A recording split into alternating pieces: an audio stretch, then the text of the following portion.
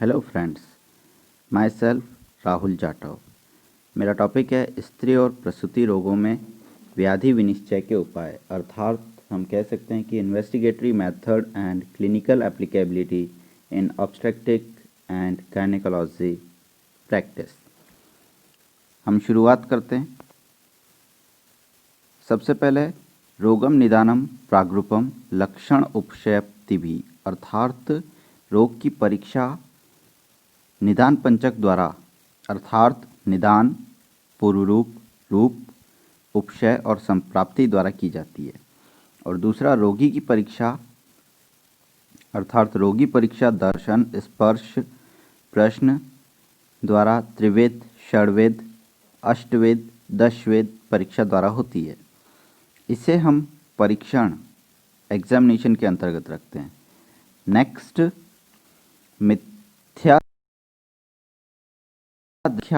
तथैव च दुष्परिस्मृष्टाश्च मोह अधे चिकित्सितम, अर्थात सुश्रुत कहते हैं कि यदि चिकित्सक द्वारा, फिजिशियन द्वारा रोग की सम्यक रूप से न की गई हो तथा रोगी या रोगी के अभिभावक द्वारा यानी गार्जियन द्वारा जिसके संबंध में ठीक से विवरण प्रस्तुत न किया गया हो तथा जिस पर उचित रूप से विचार न किया गया हो, ऐसे रोग चिकित्सक को चिकित्सा के समय कंफ्यूज, दिग्भ्रमित, भ्रमित कर देते हैं।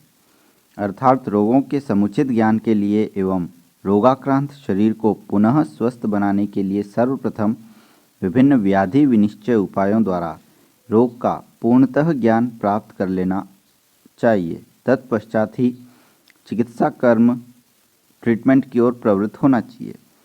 नेक्स्ट, आयुर्वेदीय चिकित्सा पद्धति के अंतर्गत व्याधि विनिश्चय के लिए हमारे आचार्यों ने कई प्रकार की रोग और रोगी परीक्षाओं का वर्णन किया, जो कुछ इस प्रकार आगे हम देखेंगे। सबसे पहले रोग की परीक्षा। रोग की परीक्षा त्रिविध रोग परीक्षा होती है। चरक ने रोग विशेष का ज्ञान प्राप्त करने के लिए 3 विधियां बताईं। त्रिविधम खलु रोग विशेष विज्ञानम भवति तद्यथा आप्तोपदेशः प्रत्यक्षम अनुमानम च इति। विमान स्थान में बताया ये कि रोग विशेष का ज्ञान 3 प्रकार से होता है। पहला आप्तोपदेश, दूसरा प्रत्यक्ष, तीसरा अनुमान। आचार्य चरक और वाग्भट ने निम्न 3 रोग ज्ञान हेतु परीक्षाएं बताई। नेक्स्ट हम बात करते हैं रोगी की परीक्षा। दर्शन स्पर्शन प्रश्ने परीक्षेत च रोगिणाम, अर्थात रोगी को देखकर, स्पर्श करके यानी कि छूकर तथा उससे प्रश्न पूछकर रोग विनिश्चय में सहायता प्राप्त की जा सकती है। नेक्स्ट, हम षड्विध रोगी परीक्षा। षड्विध रोगी परीक्षा षड्विधो ही रोगाणाम विज्ञानोपाय तद्यथा पंचभी श्रोताभि प्रश्ने च इति, अर्थात ये कि 5 ज्ञानेंद्रियों द्वारा तथा रोगी से भली भांति प्रश्न पूछकर रोग के बारे में ज्ञान प्राप्त करना चाहिए। नेक्स्ट, अष्टविध रोगी परीक्षा। रोगाक्रांतः शरीरस्य स्थानां य अष्टो निरीक्षेत नाड़ीमूत्रम मलम जिह्वा शब्द स्पर्श दृग आकृति, अर्थात ये कह सकते हैं कि नाड़ी, मूत्र, मल, जिह्वा, शब्द, स्पर्श, दृष्टि, आकृति, इनकी सम्यक परीक्षा द्वारा व्याधि विनिश्चय में सहायता मिलती है। नेक्स्ट हम बात करते हैं दशविध रोगी परीक्षा। आचार्य चरक ने रोगी के आयु का ज्ञान और विशेष रूप से उसके बल के प्रमाण को जानने के लिए दशविध रोग परीक्षा का वर्णन किया, जिसमें प्रकृति, उसकी विकृति, सार, सहनन, प्रमाण, सात्मय, सत्व, आहार शक्ति, व्यायाम शक्ति और उसकी आयु वय की परीक्षा द्वारा रोगी को होने वाले रोगों का ज्ञान किया जाता है। नेक्स्ट, मॉडर्न क्या कहती है, आधुनिक मत क्या कहता है। आधुनिक चिकित्सा पद्धति में रोग का ज्ञान प्राप्त करने के लिए परीक्षा विधियों का प्रयोग आधुनिक यंत्र, उपयंत्र एवं विभिन्न रासायनिक परीक्षणों द्वारा व्याधि विनिश्चय किया जाता है। व्याधि विनिश्चय के लिए रोगी का इतिव्रत लेना एवं उसका शारीरिक परीक्षण करना अत्यंत आवश्यक होता है। नेक्स्ट, उसका इतिव्रत हिस्ट्री टेकिंग कैसे की जाएगी। हिस्ट्री लेने के लिए इतिव्रत संबंधी सूचना प्राप्त कर लेने शिक्षाओं द्वारा रोग के विनिश्चय में प्राप्त हो जाती है। अतः इन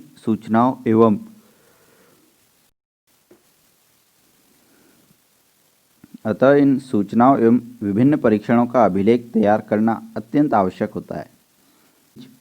registration number, date, marital status, married है या अनमैरिड है, उसका ऑक्यूपेशन, क्या व्यवसाय है उनका, पैरिटी,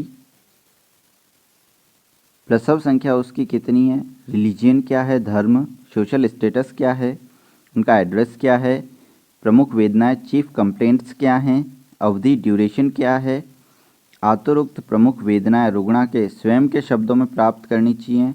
हालांकि प्राप्त वेदनाओं को स्पष्ट करने के लिए कुछ संबंधी प्रश्न हम चिकित्सक पूछ सकते हैं और पूर्ण जितना हो सके हमें प्रयास करना चाहिए कि उनका हिस्ट्री टेकिंग विस्तार से लिया जाए, डिटेल्ड में, और एक से अधिक लक्षण उपस्थित होने पर उनको उत्पत्ति क्रम से लिखना चाहिए। लक्षण समूह के आधार पर एक या अधिक विकृतियों की संभावना पर विचार करना चाहिए। नेक्स्ट हम बात करते हैं मेंस्ट्रुअल हिस्ट्री की। मेंस्ट्रुअल हिस्ट्री में एज ऑफ मेनार्क यानी कि प्रथम रजोदर्शन की आयु क्या, रेगुलरिटी ऑफ द साइकिल, आर्तव चक्र की नियमितता का पूछना चाहिए। ड्यूरेशन ऑफ पीरियड, आर्तव स्राव काल का पूछना चाहिए। Interval of period, interval of cycle यानी कि आर्तव अंतर काल का ध्यान रखना चाहिए, पूछना चाहिए। अमाउंट ऑफ ब्लीडिंग पूछना चाहिए यानी कि स्राव में कितनी मात्रा आ रही है। अंतिम आर्तव स्राव का प्रथम दिन क्या था, first day of the last month.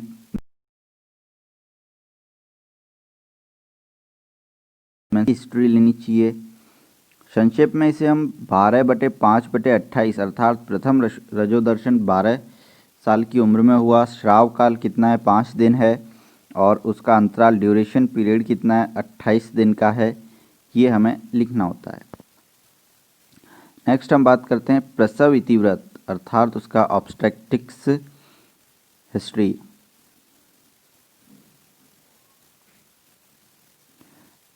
प्रसव इतिव्रत, अगर रुग्णा ने पूर्व में गर्भधारण किया है तो प्रसव इतिव्रत आवश्यक होता है, क्योंकि कुछ ऐसी वेदनाएं होती हैं, प्रॉब्लम्स होती हैं और कुछ ऐसी डिसीज़ होती हैं जो कि गर्भधारण और स्तन्य प्रवृत्ति से संबंधित होती हैं।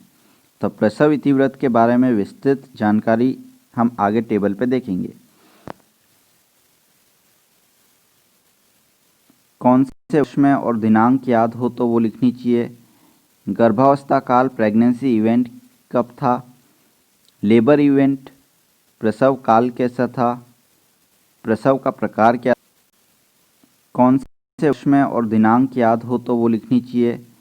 गर्भावस्था काल, प्रेगनेंसी इवेंट कब था, लेबर इवेंट, प्रसव काल कैसा था, प्रसव का प्रकार क्या था, मेथड ऑफ डिलीवरी सिजेरियन था या फिर नॉर्मल था, सूतिका अवस्था, और उसके बाद फिर प्रसव इतिव्रत का संक्षेप में हम गर्भधारण संख्या, कितने गर्भधारण हुए, प्रसव संख्या कितनी हुई, और गर्भपात, गर्भस्राव, एबॉर्शन कितने हुए, और जीवित संतान, लिविंग चिल्ड्रंस कितने, पुरुष और स्त्री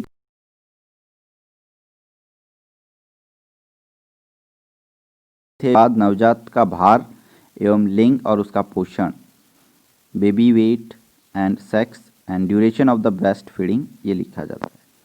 नेक्स्ट हम बात करते हैं, यह इतिव्रत GPAL के प्रारूप में लेते हैं, जहाँ पर G का तात्पर्य ग्रेविडास से होता है अर्थात स्त्री ने अब तक कुल कितनी बार गर्भ धारण किया है। P फॉर पैरिटी, उन सभी गर्भ की इतिव्रत जो कि गर्भ के जीवनक्षम होने तक पहुँच सके अर्थात विकासशील देशों में 7 माह पश्चात और विकसित देशों में 20 हफ्ते 24 हफ्ते पश्चात माना जाता है। A फॉर अबॉर्शन, उन सभी गर्भस्राव और गर्भपात का इतिव्रत जो स्वयं से हो गए हों या करवाए गए हों। L फॉर लाइव यानी जीवित बच्चों की संख्या क्या है। ये लिखना होता है।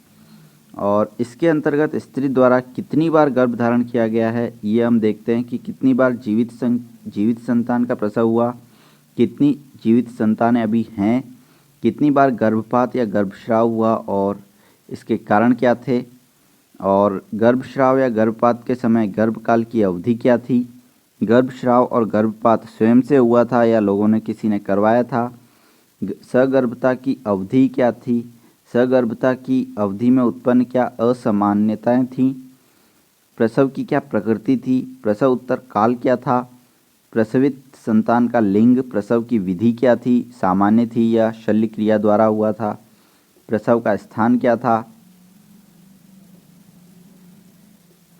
यदि प्रसव शल्य कर्म के द्वारा हुआ हो तो शल्य कर्म का कारण क्या था, इंडिकेशन लिखना होता है।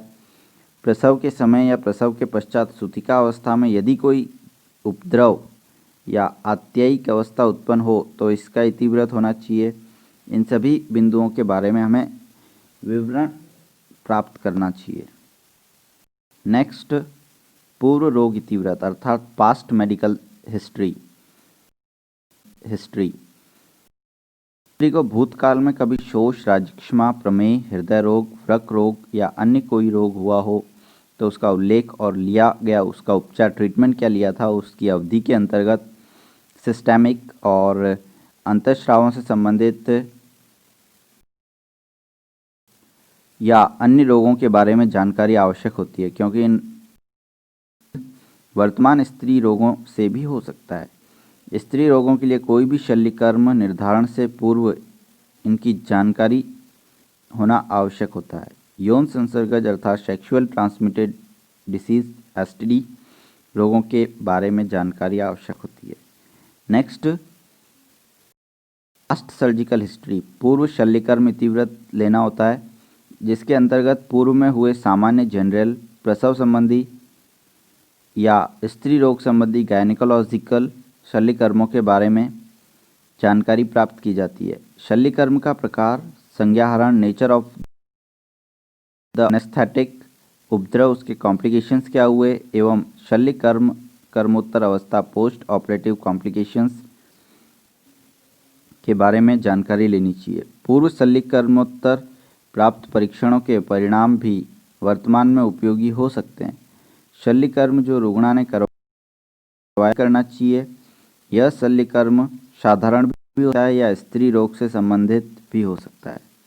नेक्स्ट, उसकी फैमिली हिस्ट्री लेनी चाहिए। परिवार इतिवृत्त, रुग्णा के परिवार में कोई राजक्षमा, रक्तचाप, ब्लड प्रेशर, थायराइड, संधिवात, मधुमेह, कर्क रोग या कैंसर या संक्रामक रोग से पीड़ित रहा हो तो उसका उल्लेख करना चाहिए। अन्य कोई अनुवांशिकीय हेरिडिटरी डिसीज हो तो उसका भी इतिवृत्त लेना चाहिए। स्तन, ब्रेस्ट, बृहदांत्र, कॉलन, बीज ग्रंथि, ओवेरी या अन्य जननांगों से संबंधित कैंसर का संबंध परिवार में पाया जा सकता है। परिवार में किसी को क्षय रोग, ट्यूबरक्लोसिस या इतिवृत्त रुग्णा में जननांगों के क्षय, पेल्विक ट्यूबरक्लोसिस का संकेत हो सकता है। नेक्स्ट बात करते हैं उसकी पर्सनल हिस्ट्री की। रुग्णा की वर्तमान में शारीरिक अवस्था, मल मूत्र आदि, भूख, नींद की क्रियाओं में सामान्यता या असामान्यता का उल्लेख करना चाहिए। इसके अंतर्गत व्यवसाय, ऑक्यूपेशन, वैवाहिक स्थिति, मैरिटल स्टेटस, विवाहित, विधवा, तलाकशुदा के अलावा पृथक्करण के बारे में जानकारी प्राप्त करनी चाहिए। विवाह करना चाहिए। यह शल्यकर्म साधारण भी होता है या स्त्री रोग से संबंधित भी हो सकता है। नेक्स्ट, उसकी फैमिली हिस्ट्री लेनी चाहिए। परिवार इतिवृत्त, रुग्णा के परिवार में कोई राजक्षमा, रक्तचाप, ब्लड प्रेशर, थायराइड, संधिवात, मधुमेह, कर्क रोग या कैंसर या संक्रामक रोग से पीड़ित रहा हो तो उसका उल्लेख करना चाहिए। अन्य कोई अनुवांशिकीय हेरिडिटरी डिसीज हो तो उसका भी इतिवृत्त लेना चाहिए। स्तन, ब्रेस्ट, बृहदांत्र, कॉलन, बीज ग्रंथि, ओवेरी या अन्य जननांगों से संबंधित कैंसर का संबंध परिवार में पाया जा सकता है। परिवार में किसी को क्षय रोग, ट्यूबरक्लोसिस या इतिवृत्त रुग्णा में जननांगों के क्षय पेल्विक ट्यूबरक्लोसिस का संकेत हो सकता है। नेक्स्ट बात करते हैं उसकी पर्सनल हिस्ट्री की। रुग्णा की वर्तमान में शारीरिक अवस्था मल मूत्र आदि, भूख, नींद की क्रियाओं में सामान्यता या असामान्यता का उल्लेख करना चाहिए। इसके अंतर्गत व्यवसाय, ऑक्यूपेशन, वैवाहिक स्थिति, मैरिटल स्टेटस, विवाहित, विधवा, तलाकशुदा के अलावा पृथक्करण के बारे में जानकारी प्राप्त करनी चाहिए। विवाहित होने की स्थिति में विवाहित जीवन, सेक्सुअल लाइफ के बारे में जानकारी आवश्यक होती है। विशेष रूप से बंध्यत्व की रुग्णा के लिए गर्भ निरोधकों के उपयोग, कॉन्ट्रासेप्टिव प्रैक्टिस के बारे में जानकारी लेनी चाहिए। विशेष रूप से मुख सेव्य यानी ओरल पिल्स, गर्भ निरोध और गर्भाशय अंतर्गत प्रयुक्त साधन IUCDs का प्रयोग कुछ उपद्रव उत्पन्न कर सकते हैं। लंबे समय तक किसी औषध का निरंतर प्रयोग एवं एलर्जी के बारे में जानकारी लेनी चाहिए। नशा संबंधी एडिक्शन, इतिव्रत या किसी दवा ड्रग से एलर्जी का इतिव्रत लेना चाहिए।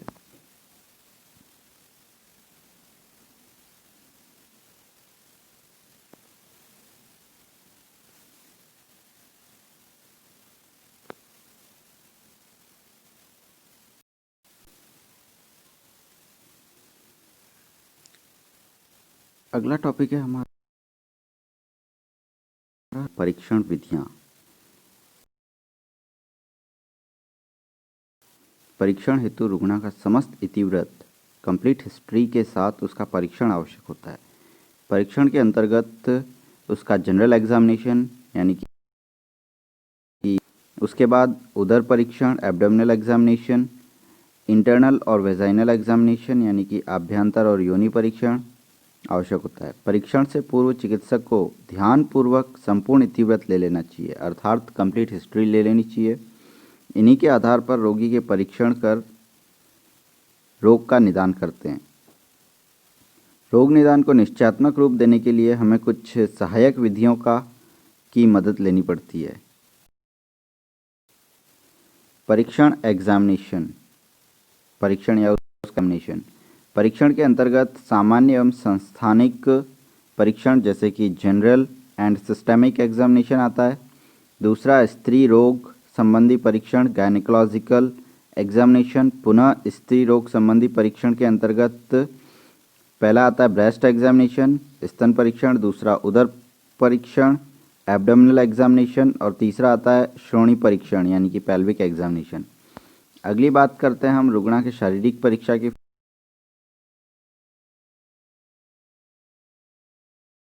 Wait, temperature, blood pressure, pulse, respiratory rate, कामला, रक्त अल्पता के ज्ञान हेतु श्वेत पटल की रक्ताभ श्लेष्म कलाओं एवं त्वचा का वर्ण, उसकी जिह्वा और नख की परीक्षा करते हैं, पैलर है या क्या है। उसका BMI देखा जाता है, बॉडी मास इंडेक्स, गले की ग्रंथि, थायराइड ग्रंथि परीक्षण किया जाता है। उदर परीक्षण, यकृत प्लीहा का परिस्पर्शन, पोषण संबंधी न्यूट्रिशन ऑफ पेशेंट उत्तम है, औसत है, हीन आदि इसका ज्ञान किया जाता है। पहला सामान्य और संस्थानिक परीक्षण। सामान्य और संस्थानिक परीक्षण द्वारा रुग्णा की अवस्था का ज्ञान किया जाता है, जिसमें निम्न बिंदुओं के बारे में हम बात करते हैं, परीक्षण करते हैं। शारीरिक संगठन। शारीरिक संगठन स्त्री के अधिक स्थूल या क्रश होने पर अंतःस्राव हार्मोन से संबंधित विकृति एवं तज्जन्य आर्तव विकार यानी कि मेंस्ट्रुअल एबनॉर्मलिटीज हो सकती हैं।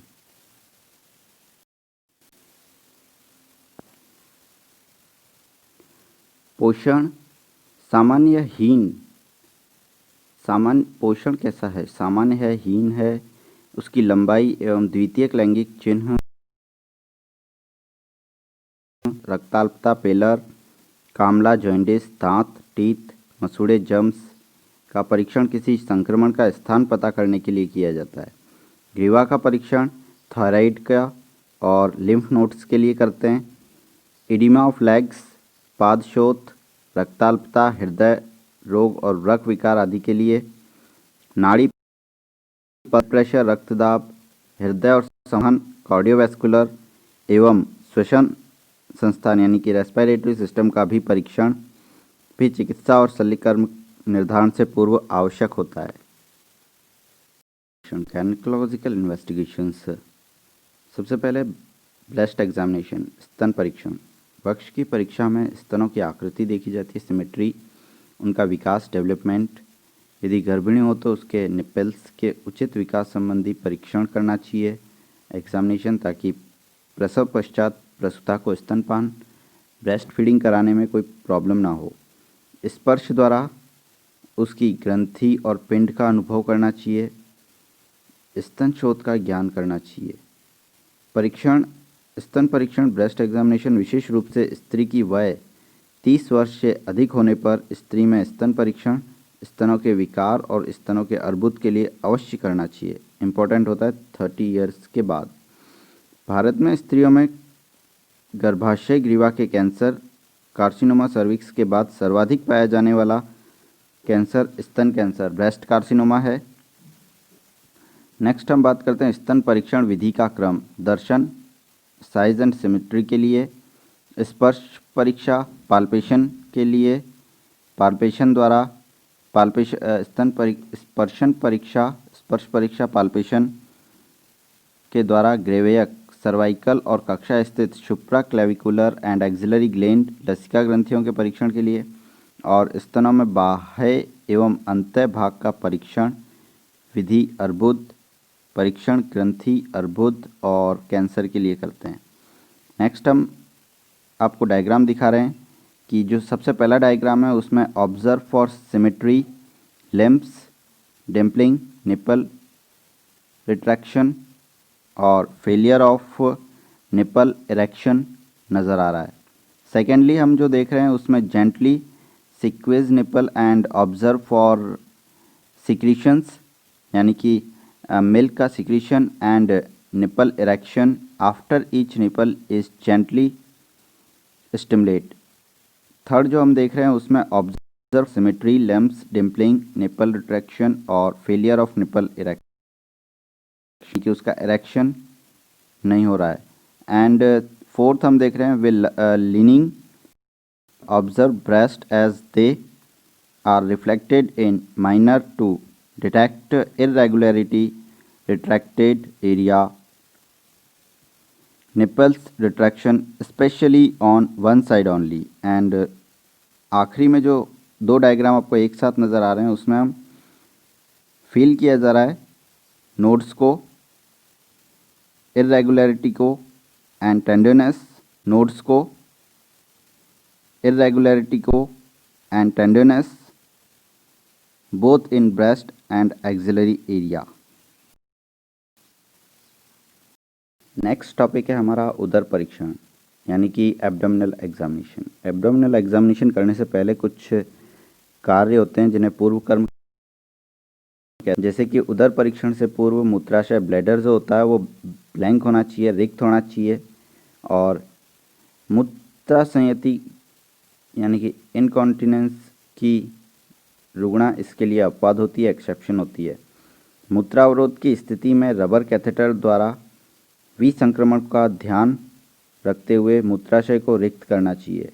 रुग्णा को उत्तानासन डॉर्सल पोजीशन में ईषद संकुचित पाद रखकर परीक्षण से कि उदर की पेशियां तनाव रहित, शिथिल, रिलैक्स्ड हो जाएं। चिकित्सक को रुग्णा के दाईं राइट साइड खड़ा होना चाहिए, शेष भाग में आवृत करके रुग्णा के उदर या भग जिसका परीक्षण करना हो उसे अनावृत यानी कि बिना ढके उसका निरीक्षण करना चाहिए।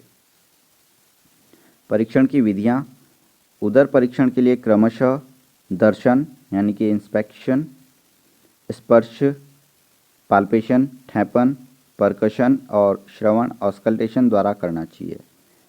नेक्स्ट हम बात करते हैं दर्शन की, यानी कि दर्शन के द्वारा त्वचा की स्थिति, उस पर व्रण वस्तु, स्कार्स, रेखाएं, उभरी हुई शिराएं, प्रोमिनेंट वेन्स एवं नाभि की स्थिति देखनी चाहिए। उदर भित्ति की स्थिति एवं वृद्धि, हर्निया देखना चाहिए। चिकित्सक नाभि की परीक्षा रोगी को खांसने के लिए कहकर करता है जिससे कि हर्निया का ज्ञान होता है। आंत्र अवरोध, इंटेस्टाइनल ऑब्स्ट्रक्शन की स्थिति में उदर समान रूप से अधमापित होकर श्वसन वृक्षीय प्रकार थोरेसिक टाइप का होता है। श्रोणीगत उदरी कलाशोथ पेल्विक पेरिटोनाइटिस की स्थिति में केवल निम्न उदर ही अधमापित रहता है। जलोदर एसाइटिस की स्थिति में केवल उदर का पार्श्व फ्लैंक्स भाग ही फैलता है, मध्य भाग चपटा ही रहता है। श्रोणी के बड़े अर्बुद की स्थिति में निम्न उदर यानी कि हाइपोगैस्ट्रियम में मध्य भाग या पार्श्व उभार पाया जाता है। साथ ही त्वचा का वर्ण और व्रण वस्तु के लिए भी देखना चाहिए। पादशोफ एवं अतिस्फीत शिरा वेरिकोज वेन का परीक्षण किया जाता है। नेक्स्ट हम बात करते हैं स्पर्श परीक्षा पाल्पेशन। उदर का स्पर्श चपटे हाथ से किया जाना चाहिए। उदर भित्ति का काठिन्य उदर अंतर यानी कि बृहद दबाव हाई टेंशन या मसल गार्ड के कारण पाया जाता है।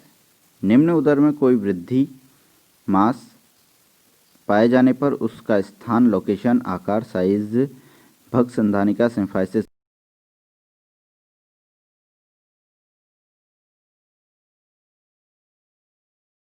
जिन्स के बारे में एवं अर्बुद के निचले भाग के बारे में जानकारी लेनी चाहिए। श्रोणी से आए अर्बुदों के निचले किनारे तक नहीं पहुंचा जा सकता, किंतु बीज ग्रंथि के सवृंत पेडिकल अर्बुद के नीचे तक पहुंचा जा सकता है। अर्बुद द्रव पूरित सिस्टिक एवं आकार में बड़ा हो तो उसमें द्रव तरंग परीक्षण फ्लूइड थ्रिल किया जा सकता है। स्पर्श परीक्षा में कोई वृद्धि मांस पाई जावे या नहीं, कोष्ठांगों विसरा यथा यकृत पित्ताशय प्लीहा वृहदांत सीकम अपेंडिक्स किडनी का स्पर्श परीक्षण अवश्य करना चाहिए। क्षय के वृद्धि का ज्ञान गर्भ की साप्ताहिक वृद्धि के अनुसार करते हैं। ठेपन परकशन अर्बुद पर ठेपन करने पर मंद ध्वनि डल पाई जाती है, किंतु उदर के पार्श्व फ्लैंक्स में अनुगुंज यानी कि रेजोनेंस पाई जाती है। जलोदर की स्थिति में उदर पार्श्व फ्लैंक्स में मध्य ध्वनि एवं चल मंद ध्वनि शिफ्टिंग डलनेस मिलती है। श्रोणी में अर्बुद की स्थिति में जलोदर के लिए भी परीक्षण आवश्यक होता है। श्रवण ऑस्कल्टेशन सामान्य रूप से उदर पर श्रवण परीक्षण में मात्र आंत्रध्वनि साउंड ही पाई जाती है।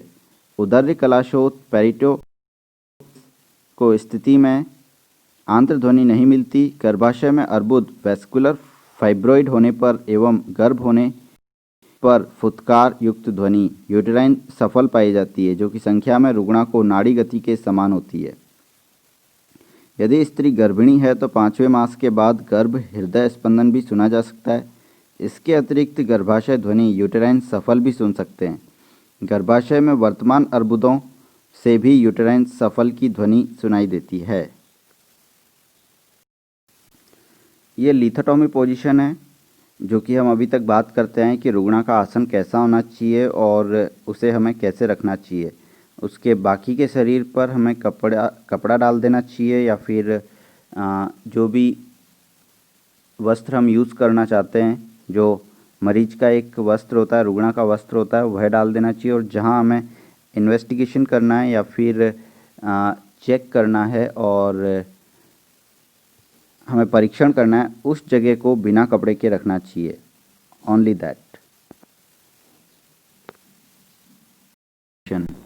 तो पेल्विक एग्जामिनेशन के अंदर हम बात करेंगे inspection of genitalia, vaginal examination, rectal examination और रेक्टोवेजाइनल एग्जामिनेशन। नेक्स्ट स्लाइड पे बात करते हैं। वो उसके लिए सब जानते हैं कि ब्लैडर रिक्त होना चाहिए और एक महिला सहायक का ज़रूरी होना चाहिए साथ में होना।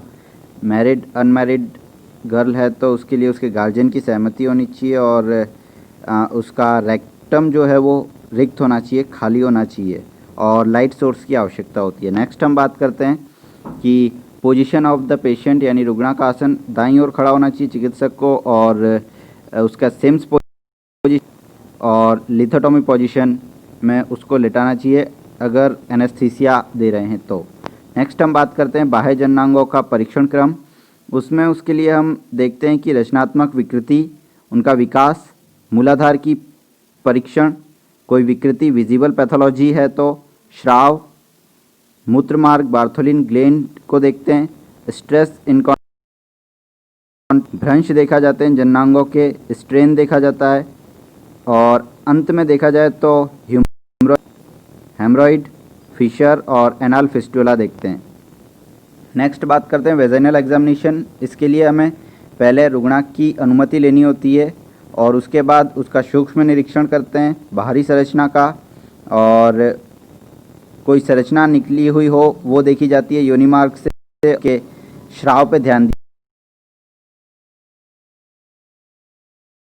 का क्या क्रम, inspection of the cervix and vaginal wall, speculum.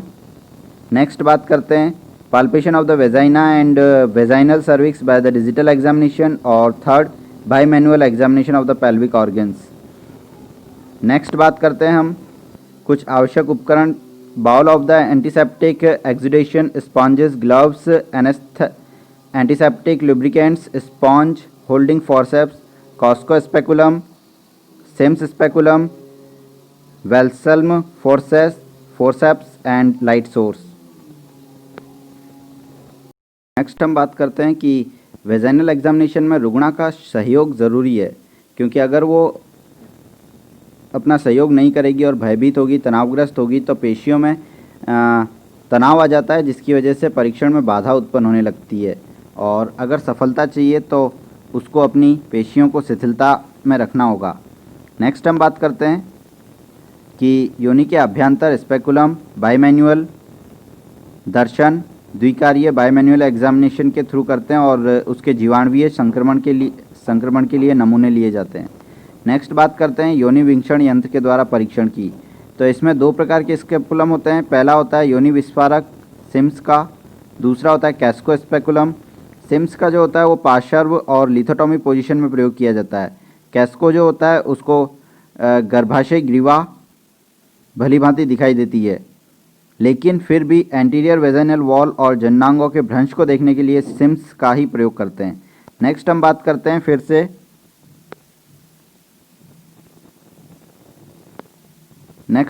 हम इंस्पेक्शन के अतिरिक्त इसकी सहायता डिस्चार्ज में देखी जाती है। बैक्टीरियोलॉजिकल एग्जामिनेशन में देखते हैं, सर्विक्स साइटोलॉजी के लिए भी सैंपलिंग एकत्र करने में देखते हैं। नेक्स्ट बात करते हैं हम लिथोटोमी पोजीशन बेस्ट होती है, हम पहले भी बात कर चुके हैं इसकी, और सामान्यतः परीक्षा बिना संज्ञाहरण करते हैं, परंतु विशिष्ट मामलों में संज्ञाहरण आवश्यक होने पर दे सकते हैं। सर्वप्रथम हम बात करते हैं कि निरीक्षण करते समय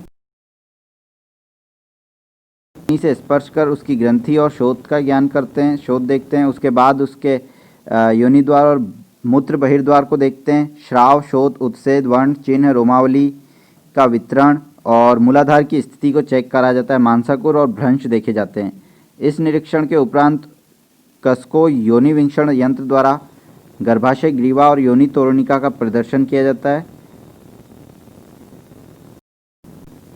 speculum examination of the vagina and cervix, ये वेजाइनल वॉल, गर्भाशय ग्रीवा की जानकारी, गर्भाशय ग्रीवा मुख से संबंधित जानकारी के लिए इसका यूज़ करते हैं। इसके अलावा श्राव हो, वृद्धि हो, नेक्रोसिस हो, डीजनरेशन हो, एट्रोपी हो, उसका पता लगा सकते हैं। और प्रश्न परीक्षा द्वारा हम श्राव से, जैसे कि उसकी बैड स्मेल, बर्निंग, प्रोटाइटस की जानकारी ले सकते हैं। बैनिंग, सुदम और मैलिग्नेंट जो अर्बुद होते हैं, एट्रोपी अधिकांशतः आर्तव निवृत्ति हो जाने के पश्चात एस्ट्रोजन हार्मोन्स की कमी से उत्पन्न होती है। नेक्स्ट हम बात करते हैं कि इस परीक्षणार्थ योनि और ग्रीवा के स्रावों को एकत्र कर सकते हैं और उनको ट्राइकोमोनास और मोनाइला जंतुओं के परीक्षण के लिए स्रावों को एकत्र करते हैं और लेकिन पूतिरोधी और अन्य स्नेह द्रव्यों का प्रयोग नहीं करते और उन्हें प्रयोगशाला में भेजते हैं। नेक्स्ट हम बात करते हैं हस्त द्वारा परीक्षण डिजिटल एग्जामिनेशन। इसमें दस्ताने पहने जाते हैं, ग्लव्स, इंडेक्स फिंगर और उसके बाद बाह्य जननांगों में बार्थोलिन सिस्ट और एब्सिस का अनुभव किया जाता है अंगूठे और अंगुली के मध्य में, और यूरिथ्रा और योनि भित्तियों में विकृतियों का अनुभव करते हैं। वेजाइनल पोर्शन डायरेक्शन देखते हैं, उसकी स्थिति, आकार, shape, texture, movement on touch देखा जाता है। एक्सटर्नल ऑरिफाइस देखी जाती है और पेशियों की स्थिति भी देखी जाती है। नेक्स्ट हम बात करते हैं ये परीक्षण, ये द्विकरीय एग्जामिनेशन बायोमैनुअल एग्जामिनेशन है, जिसमें हम पहले पढ़ चुके हैं, एक बार इसको सर ने बताया था, फिर भी हम देख लेते हैं कि दाएं हाथ की तर्जनी मध्यमा उंगली जो होती है, इंडेक्स एंड फिंगर को योनि के अंदर और बाएं हाथ की जो उसको उदर के नाभि से नीचे से संधानक की तरफ बढ़ाते हैं और पेल्विक ऑर्गन को महसूस करके परीक्षण करते हैं, जिसमें यूट्रस, यूट्राइन ट्यूब्स, ओवरीज देखी जाती हैं, उनकी पोजीशन, साइज, कंसिस्टेंसी, मोबिलिटी, एडवर्टेड और प्राकृत स्थिति जो होती है वो इन्वर्टेड होती है, गर्भाशय की पियर शेप्ड होता है उसका, और उसके अंदर फर्म और फ्रीली मोबाइल होता है। बीज ग्रंथियों का परीक्षण करने के लिए योनिगत उंगलियों को योनि के पार्श्व कोण लैटरल फॉर्निक्स में रखकर दोनों हाथों के बीच में अनुभव करते हैं। सामान्य स्थिति में स्पर्शगाम्य नहीं होती, लेकिन पोस्टीरियर फॉर्निक्स से रेट्रोवर्टेड यूट्रस होने पर मलपूर्ण मलाशय को अनुभव किया जाता है। बात करते हैं रेक्टल और रेक्टो एब्डोमिनल एग्जामिनेशन। इसमें मलाशय जो रेक्टम होता है वह परीक्षण किया जाता है, जबकि मलाशय पूरा खाली होना चाहिए, रिक्त होना चाहिए, और बच्चियों कुमारियों में करते हैं। योनि परीक्षण में अत्यधिक वेदना होने पर किया जाता है, कार्सिनोमा सर्विक्स होने पर करते हैं, पश्चकोण में योनि के पश्चकोण में प्राप्त विकृति को स्पष्ट करने के लिए करते हैं। एट्रेशिया की स्थिति में देखा जाता है, रेक्टोसील और एंटीरोसील में भी करते हैं। नेक्स्ट हम बात करते हैं रेक्टो वेजाइनल एग्जामिनेशन। इस विधि में आंत्र से उत्पन्न वृद्धि, योनि भित्ति एवं मलाशय के मध्य उत्पन्न निदान किया जाता है। ओवरी और रेक्टम से उत्पन्न वृद्धि जो होती है उसके सापेक्ष के निदान के लिए इसे करते हैं, और इस विधि में चिकित्सक की तर्जनी इंडेक्स अंगुली योनि में एक मध्यमा अंगुली को गुद में मिडिल फिंगर रखकर परीक्षण किया जाता है। नेक्स्ट हम बात करेंगे स्त्री रोग निदान में सहायक परीक्षण विधियाँ। तो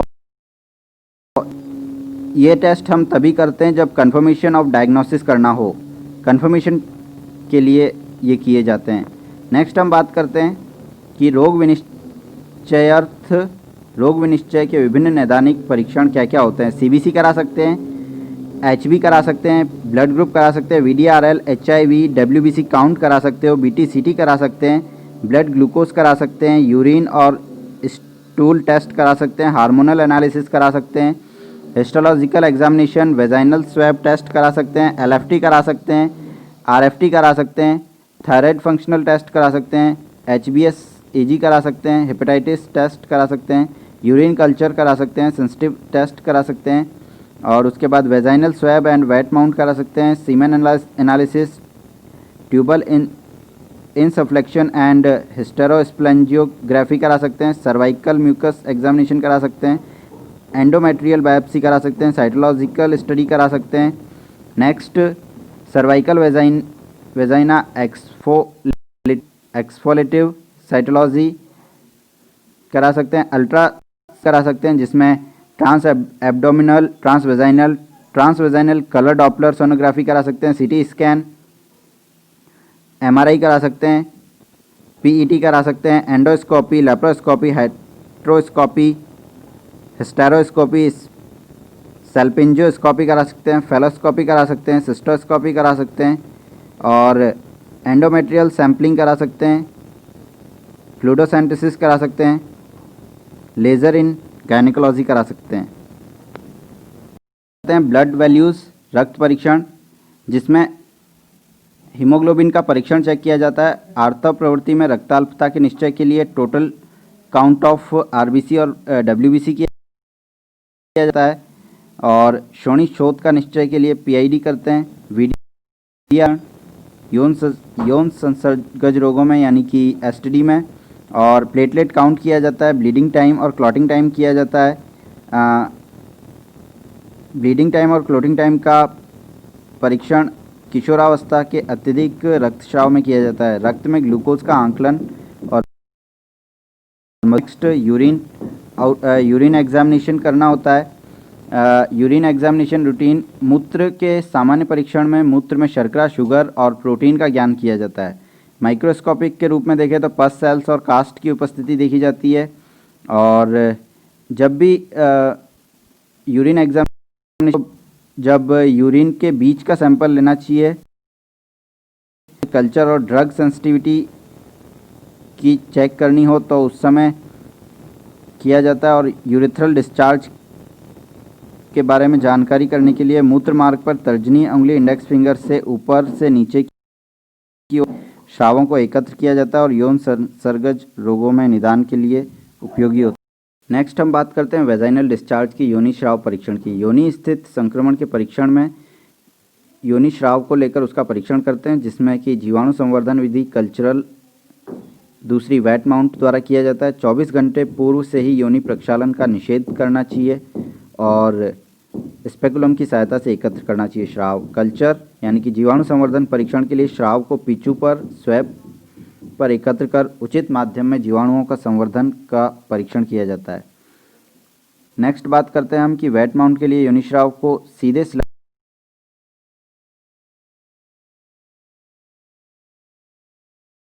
के संक्रमण होते हैं। इसमें ट्राइकोमोनास वेजाइनलिस और दूसरा होता है मोनिलिया। ग्रीवा के स्रावों का कोशिकीय परीक्षण, तो इसमें हम बात करते हैं कि इस परीक्षण में योनि और गर्भाशय ग्रीवा के स्राव में स्थित उखड़ी हुई कोशिकाओं का परीक्षण किया जाता है। नेक्स्ट हम बात करते हैं इसके इंडिकेशंस। कैंसर की स्क्रीनिंग के लिए करते हैं, कोशिकाओं पर अंतःस्राव यानी हार्मोन के इफेक्ट को देखने के लिए, और कुछ अन्य निर्देश होते हैं जिसमें स्क्रीनिंग के लिए योनि के पश्चकोण, पोस्टीरियर फर्निक्स या ग्रीवा मुख से खुरचकर सामग्री प्राप्त करने के साथ गर्भाशय ग्रीवा सर्वाइकल कैनाल पर स्थित स्लाइड पर स्थित रंजन, साइटोप्लाज्म, न्यूक्लियर और ट्रेंड साइटोलॉजिस्ट के द्वारा किया जाता है। इसके परिणाम होते हैं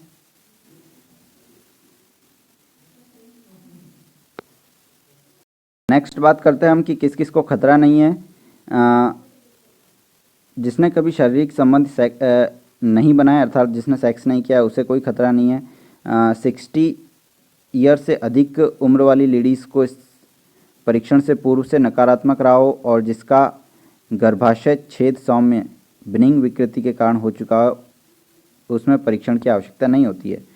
खतरे की संभावना, जिसकी 18 से 60 वर्ष की एज हो, सेक्सुअली एक्टिव हो और जिसके जांच नकारात्मक होने पर भी प्रति 3 या 5 वर्ष में करवाते। मैलिग्नेंसी की संभावना होने पर अधिक खतरे वाले वर्ग में हाई रिस्क में 1 वर्ष अंतराल में 2 परीक्षण नेगेटिव होने के बाद प्रति 3 वर्ष पर।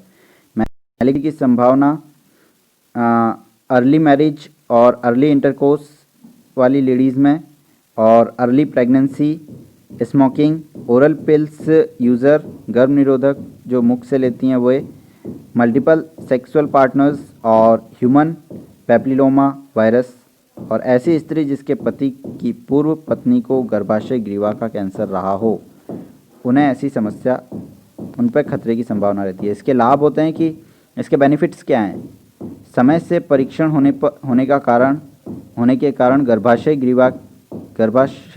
ग्रीवा के कैंसर से होने वाली मृत्यु को 60% कम कर सकते हैं हम, और गर्भाशय ग्रीवा के कैंसर से उत्पन्न होने के पूर्व ही स्थिति का पता लगाया जा सकता है। कोशिकाओं पर अंतःस्रावों के प्रभाव का अध्ययन हार्मोनल स्टडी कहलाता है, जिसमें कि योनि की उपकला, एपिथेलियम, ईस्ट्रोजन एंड प्रोजेस्टेरोन के प्रति अति संवेदनशील होती हैं। अतः योनि उपकला की कोशिकाओं का परीक्षण करने से अंतःस्रावों की स्थिति का पता लगाते हैं। रुग्णा के लिए कुछ निर्देश होते हैं कि 48 घंटे पूर्व से मैथ्यून का निषेध होता है, कॉइटस नहीं करना चाहिए, और 24 घंटे पूर्व से योनि प्रक्षालन का निषेध होता है और हार्मोन्स युक्त औषधियों का प्रयोग ना करने को कह देते हैं। इसमें विधि बात करते हैं। अब हम बात करेंगे कि इसकी विधि योनि भित्ति का ऊपरी 1/3 भाग अंतःस्राव है, जिसमें हमें फिक्स और स्टेन करके परीक्षण करते हैं और 3 इसमें कोशिकाएं होती हैं, पैराबेसल, इंटरमीडिएट और सुपरफिशियल। ईस्ट्रोजन के प्रभाव से सुपरफिशियल, प्रोजेस्टेरोन, एंड्रोजन और कॉर्टिकोस्टेरॉइड से और स्टेरॉइडोल से इंटरमीडिएट, और उसके बाद दोनों के अभाव में पैराबेसल कोशिकाएं अधिक मिलती हैं। नेक्स्ट हम बात करते हैं गणना विधि की। 100 कोशिकाओं की गणना कर प्राप्त अनुपात के आधार पर हम परिणाम निकालते हैं। इस गणना को मैचुरेशन इंडेक्स कहा जाता है। 3 अंकों के रूप में प्रस्तुत होती है। बाईं से यानी लेफ्ट साइड से हम इनसे लिखते हैं तो पैराबेसल से, मध्य में इंटरमीडिएट और दाईं ओर सुपरफिशियल सेल्स। नेक्स्ट हम बात इसका मैचुरेशन इंडेक्स। जन्म के समय एमआई मैचुरेशन इंडेक्स इसका पैराबेसल 0 होता है और इंटरमीडिएट 95 और सुपरफिशियल 5। और निष्कर्ष में लिखते हैं कि माता द्वारा प्राप्त अंतःस्राव ईस्ट्रोजन, प्रोजेस्टेरोन एंड कॉर्टिकोस्टेरॉइड अंतःस्रावों के कारण होती है। बचपन में चाइल्डहुड में 80 होता है पैराबेसल, 20 होता है इंटरमीडिएट और 0 सुपरफिशियल। एमआई मैचुरेशन इंडेक्स बाईं तरफ जाता है और अंतःस्रावों की ओर। नेक्स्ट हम बात करते हैं रिप्रोडक्टिव पीरियड्स, प्रजनन योग्य वय की। बीजागमन से पूर्व यानी pre ovulatory phase, pre ovulatory 0/40/60 इसमें पैराबेसल होता है, 40 इसकी इंटरमीडिएट है और उसके बाद 60 सुपरफिशियल। निष्कर्ष ईस्ट्रोजन अधिक है। नेक्स्ट हम बात करते हैं इसमें मिड सेक्रेटरी 0/70/30 ईस्ट्रोजन और प्रोजेस्टेरोन अत्यधिक। During pregnancy parabasal 0, intermediate superficial 5। Postpartum और उसके बाद पोस्ट मेनोपॉज में 100/0/0 होता है। ईस्ट्रोजन का अभाव होता है इसमें, जिसमें पहला है पैप स्मेयर या सर्वाइकल स्मेयर। पैप स्मेयर एक आंतरिक परीक्षण होता है जिसमें गर्भाशय ग्रीवा के कैंसर, सर्वाइकल कैंसर को देखते हैं। मुख्य रूप से ये 21 से 60 साल की एज तक की महिलाओं में किया जाता है।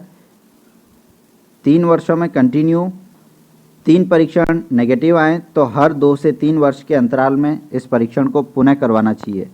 नेक्स्ट हम बात करते हैं इसमें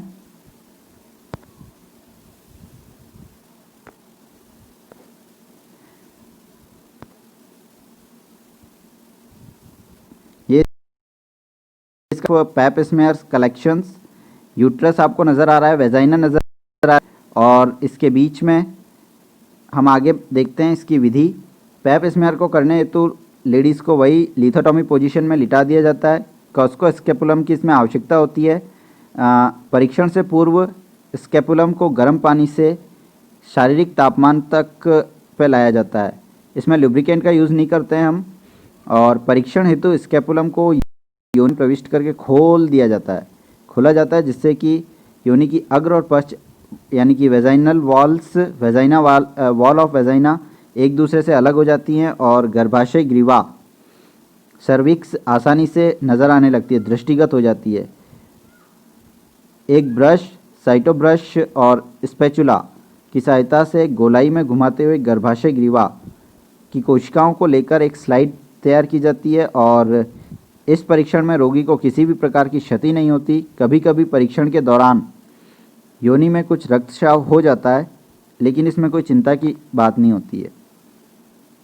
ये इसकी सेल्स होती हैं। नॉर्मल ऊपर नज़र आ रही हैं, mild dysplasia, moderate dysplasia, severe dysplasia और ट्यूमर सेल कुछ आखिर में जो नज़र आ रही हैं वैसी होती हैं। नॉर्मल स्क्वेमस एपिथेलियम आपको सबसे माइल्ड, मॉडरेट, सीवियर जिसमें डिस्प्लेजिया हो रहा है, कार्सिनोमा इन सिटू और इन्वेसिव कैंसर आखिर में आपको नज़र आ रहा है।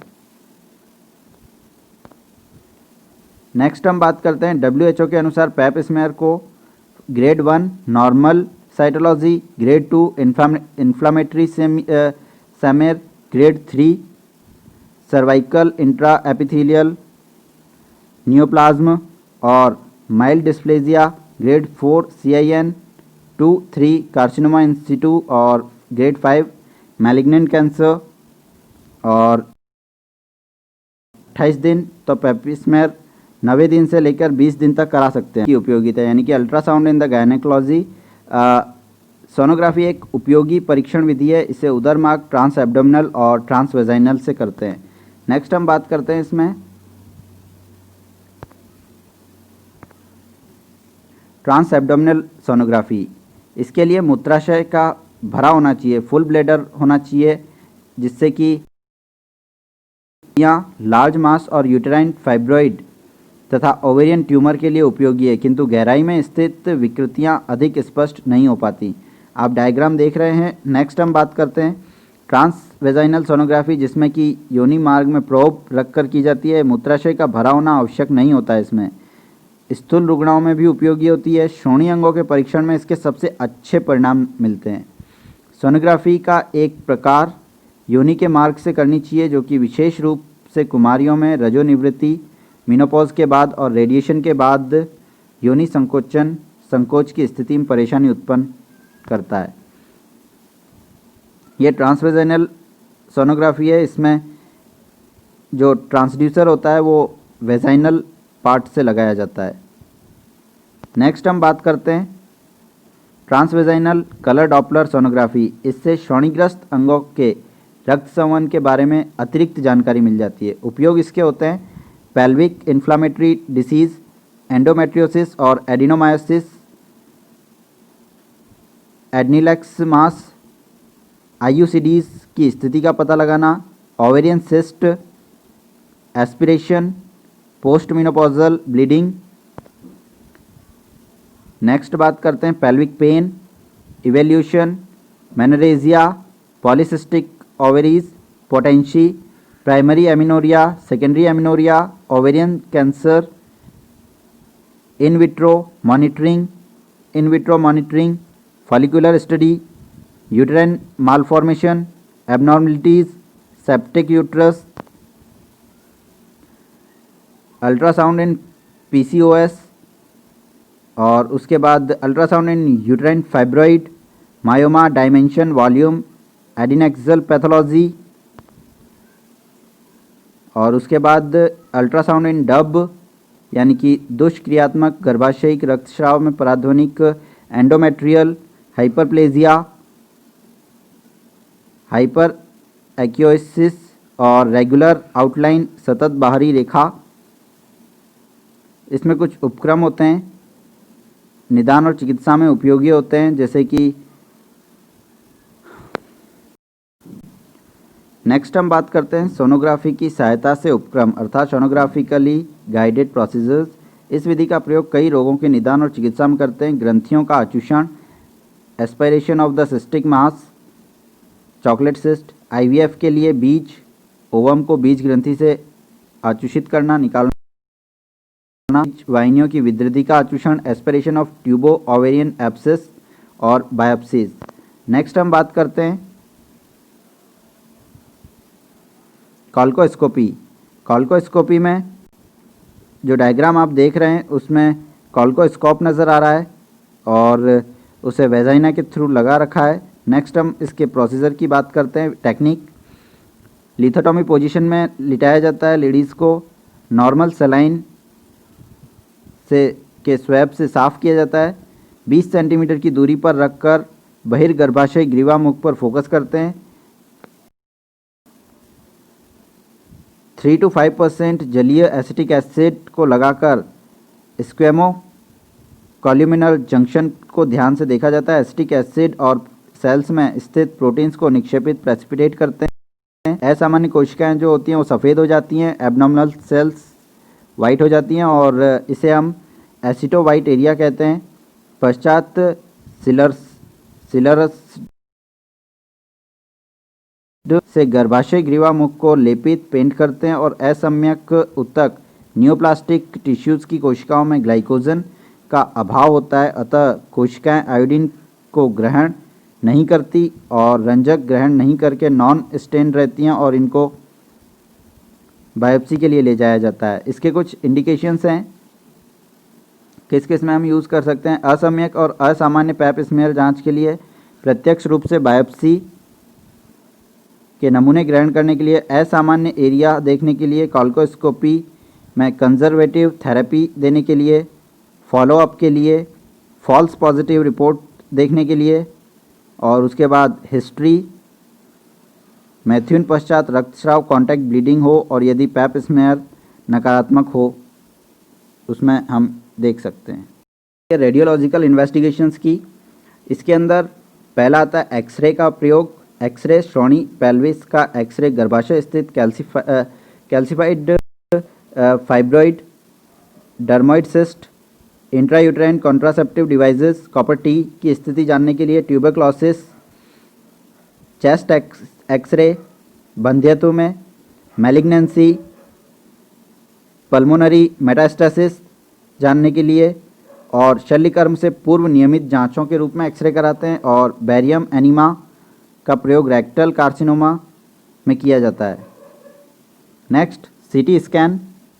सीटी स्कैन कंप्यूटर टोमोग्राफी होती है जिसमें कि lymph node metastasis, depth of myometrial invasion in endometrial cancer and ovarian mass and myomas के निदान के लिए करते हैं।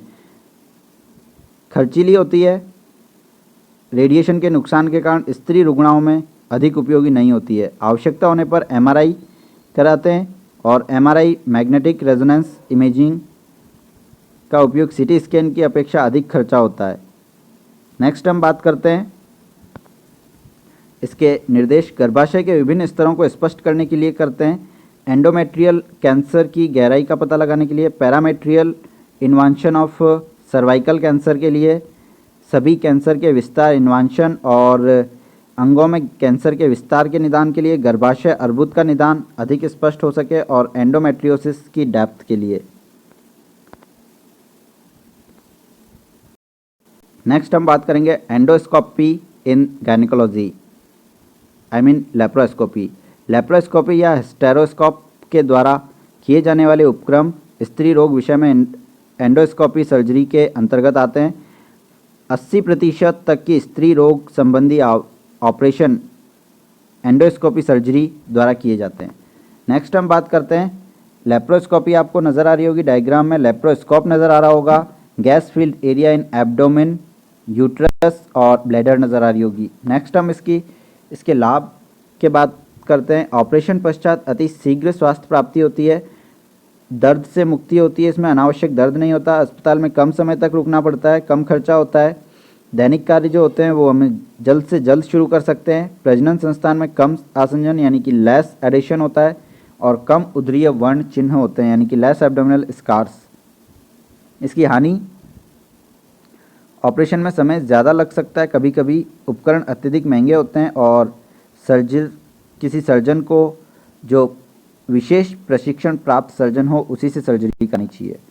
नेक्स्ट इसके इंडिकेशंस, निदानार्थ लेप्रोस्कोपी, डायग्नोस्टिक लेप्रोस्कोपी और क्यूरेटिव लेप्रोस्कोपी। माइनर प्रोसीजर में tubal sterilisation, adhesiolysis, aspiration of simple cyst and ovarian biopsy, ectopic pregnancy, सल्पिंजोटॉमी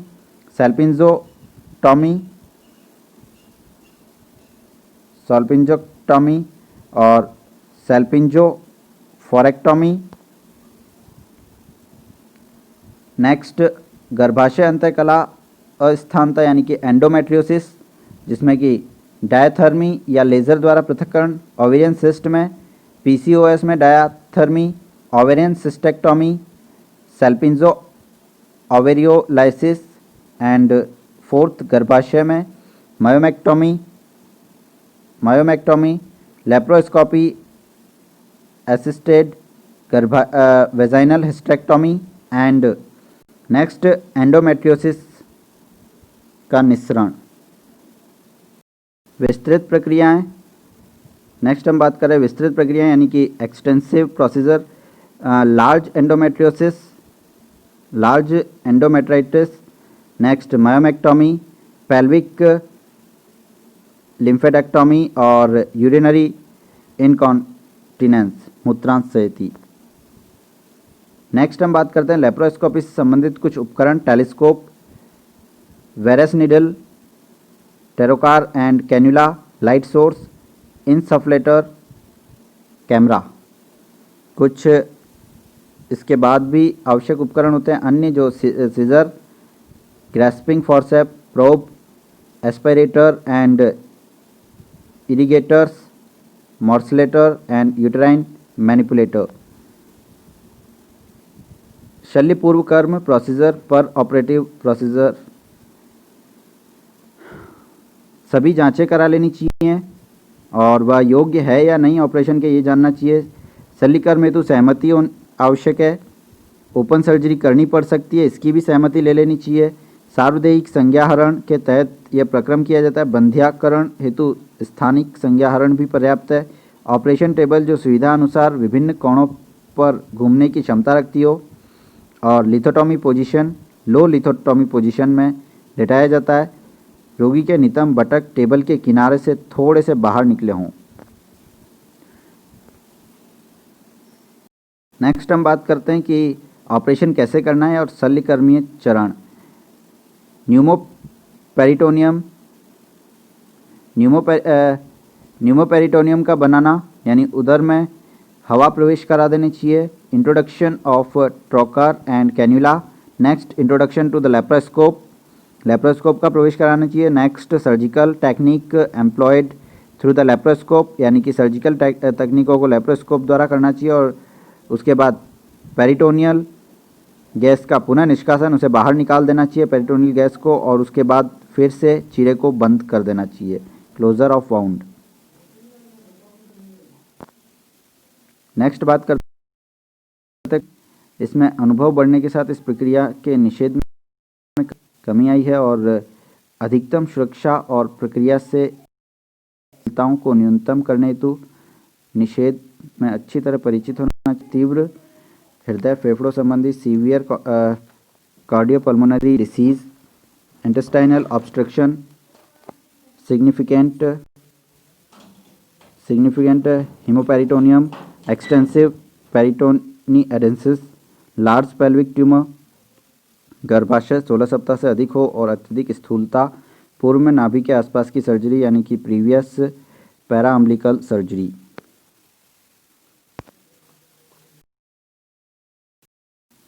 next हम बात करेंगे स्टेरोस्कोपी की। स्टेरोस्कोपी में आप जो डायग्राम देख रहे हैं उसमें स्टेरोस्कोप नज़र आ रहा है आपको, वैक्यूम सिरिंज नज़र आ रही है, स्पेकुलम नज़र आ रहा है, सर्वाइकल आ रही है, वेजाइना नज़र आ रही है, सर्विक्स नज़र आ रहा है, यूट्रस नज़र। नेक्स्ट हम इसकी बात करेंगे आगे। स्टेरोस्कोपी एक प्रकार की एंडोस्कोपिक प्रक्रिया है, एंडोस्कोपिक प्रोसीजर है। माध्यम से प्रत्यक्ष रूप से गर्भाशय के आंतरिक गुहा एंडोमेट्रियल कैविटी का दृश्य देखा जाता है। इसमें गर्भाशय गुहा को विस्फारित करने के लिए कार्बन डाइऑक्साइड, नॉर्मल सलाइन और ग्लाइकोलाइसिस उपयोग किया जाता है। नेक्स्ट इसके इंडिकेशंस, डायग्नोस्टिक, गर्भाशय की जन्मजात विकृति जानने के लिए इंट्रायूट्राइन डिवाइस, कॉपर टी आदि के न दिखाई देने पर यूज़ करते हैं। एशरमान सिंड्रोम को जानने के लिए यूट्राइन सिनेकी और गर्भाशय की दीवारों का एक दूसरे से चिपकना, उसको जानने के लिए। मोलर टिश्यू जानने के लिए जो कि काफ़ी दिनों तक रुका हुआ हो।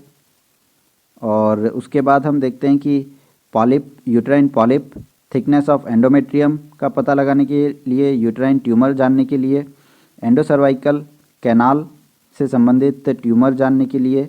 और उसके बाद बंध्यत्व संबंधी समस्या में नलियों की जांच यानी कि filling, defect of Fallopian tubes and adhesion जानने के लिए। नेक्स्ट इसकी विधि की बात करते हैं। पोजीशन, लिथोटॉमी पोजीशन, सर्वप्रथम योनि की परीक्षा करके गर्भाशय की स्थिति का निर्धारण करना। सेम्स स्पेकुलम को योनि मार्ग में डालकर पूर्व में वर्णित जो हमने बात की थी गर्भाशय ग्रीवा को दर्शित करना। उसके बाद गर्भाशय ग्रीवा मुख को बिटाडिन सॉल्यूशन से साफ करना।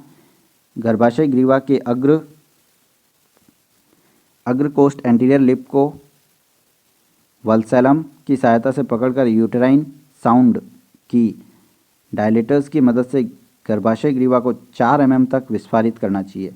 स्टेरोस्कोप के द्वारा गर्भाशय गुहा में डिस्टेंशन मीडियम को डालकर गर्भाशय यूटेराइन वॉल्स को अलग करते हैं और डिस्टेंशन मीडियम गैस या द्रव दोनों में से कुछ भी हो सकता है तथा गर्भाशय ग्रीवा मुख तथा गर्भाशय भित्तियां एंडोमेट्रियल वॉल आदि को देखा जाता है।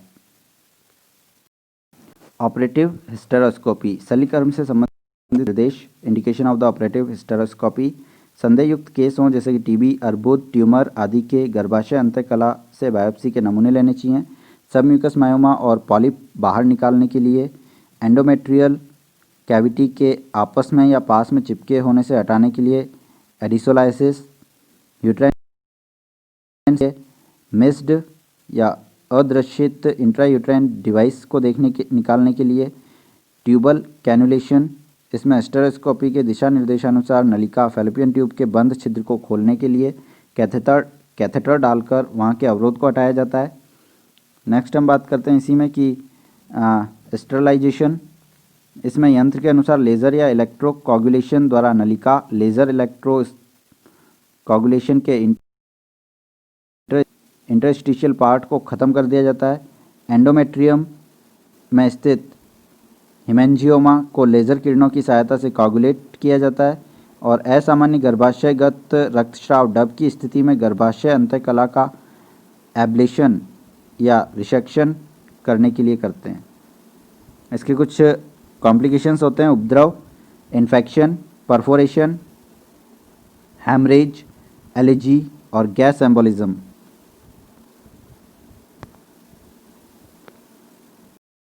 नेक्स्ट हम बात करेंगे स्टेरोसाल्पिंजोग्राफी। स्टेरोसाल्पिंजोग्राफी में आप जिस देख रहे हैं कि पहला वाला जो डायग्राम देख रहे हैं उसमें right tube, left tube, uterus, spill of dye and spill of dye नज़र आ रही है। नेक्स्ट में आप देख रहे हैं uterus, contrast flowing through the following tube, ovary नज़र आ रही है। प्रोसीजर ऑफ स्टेरोस्प्लेंजियोग्राफी दिखाई गई है। नेक्स्ट हम बात करेंगे रेडियोग्राफिक अध्ययन है जिसमें कॉन्ट्रास्ट मीडियम का प्रयोग करते हैं जिसके द्वारा गर्भाशय की आंतरिक संरचना एवं बीज वाहिनी फैलोपियन ट्यूब की जांच की जाती है। इसके इंडिकेशंस होते हैं कि किस किस में यूज़ कर सकते हैं: patency of the tube, tuboplasty में। नेक्स्ट, गर्भाशय की जन्मजात विकृति, unicornuate uterus, bicornuate uterus and septate uterus. गर्भिणी स्त्री में गर्भाशय ग्रीवा मुख के खुला या बंद होने की स्थिति जानने के लिए, गर्भाशय में स्थित आईयूडी की स्थिति जानने के लिए, यूट्राइन स्नेकी जानने के लिए, सबम्यूकस फाइब्रोइड और यूट्राइन पॉलिप और हाइड्रोसाल्पिन का पता लगाने में सहायक होती हैं।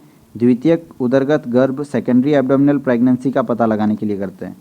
इसकी जो विधि है वो हम देख लेते हैं। शल्यकर्म रेडियोलॉजिकल डिपार्टमेंट में करते हैं। संज्ञाहरण औषधियों का प्रयोग नहीं करते हैं। डॉर्सल पोजीशन होती है इसमें, बटक को किनारे पर रखा जाता है। सिम्स स्प्लेकुलम एंटीरियर लिप्स को एलिस फॉरसेप्स से पकड़ते हैं और यूट्राइन साउंड्स को गर्भाशय में डालकर इसकी स्थिति और लंबाई का पता करते हैं। स्टेरोसाल्पिंजोग्राफी कैनुला को सिरिंज में फिट करके रेडियो ओपेक डाई को गर्भाशय में डाला जाता है। डाई जल में घुलनशील माध्यम की जैसी मैग्लूमाइन, डेट्रिजोइट या कम श्यानता विस्कोसिटी की ऑयल आधारित रंजक ऑयल बेस्ड डाइज इथियोडाइज्ड ऑयल होता है। इसे धीरे धीरे डाला जाता है और डाई के मार्ग को देखने के लिए एक्सरे इमेज इंटेंसिफायर तथा वीडियो डिस्प्ले यूनिट का प्रयोग करते हैं। कैनुला को अंदर ही छोड़कर स्पेकुलम और एलिस फॉरसेप्स को हटा दिया जाता है और दो रेडियोग्राफिक फिल्म तैयार करते हैं। पहली फिल्म गर्भाशय गुहा में रंजक डाई डालते वक्त तैयार की जाती है। दूसरी 10 से 15 मिनट बाद कर्म के अंत में बीजवाहिनी की स्थिति जानने के लिए की जाती है। अगर बीजवाहिनी खुल जाती है तो रंजक पेरिटोनियल गुहा में दिखाई देता है। HSG करने का उपयुक्त समय: यह कर्म माहवारी के आने के 6ठे दिन से 10वें दिन के बीच किया जाता है। एक दिन पहले से लेकर आगे 5 दिनों तक जीवाणुरोधक औषधियाँ जैसे डॉक्सीसाइक्लिन 100 mg दिन में 2 बार देना चाहिए। नेक्स्ट हम बात निषेध। पहले से उपस्थित किसी प्रकार का योनि या गर्भाशय का संक्रमण हो, जिस स्त्री को पहले से ही हाइड्रोसाल्पिक्स हो, एडेनेक्सल मास की उपस्थिति होने पर और योनि परीक्षण करते समय दर्द होने पर।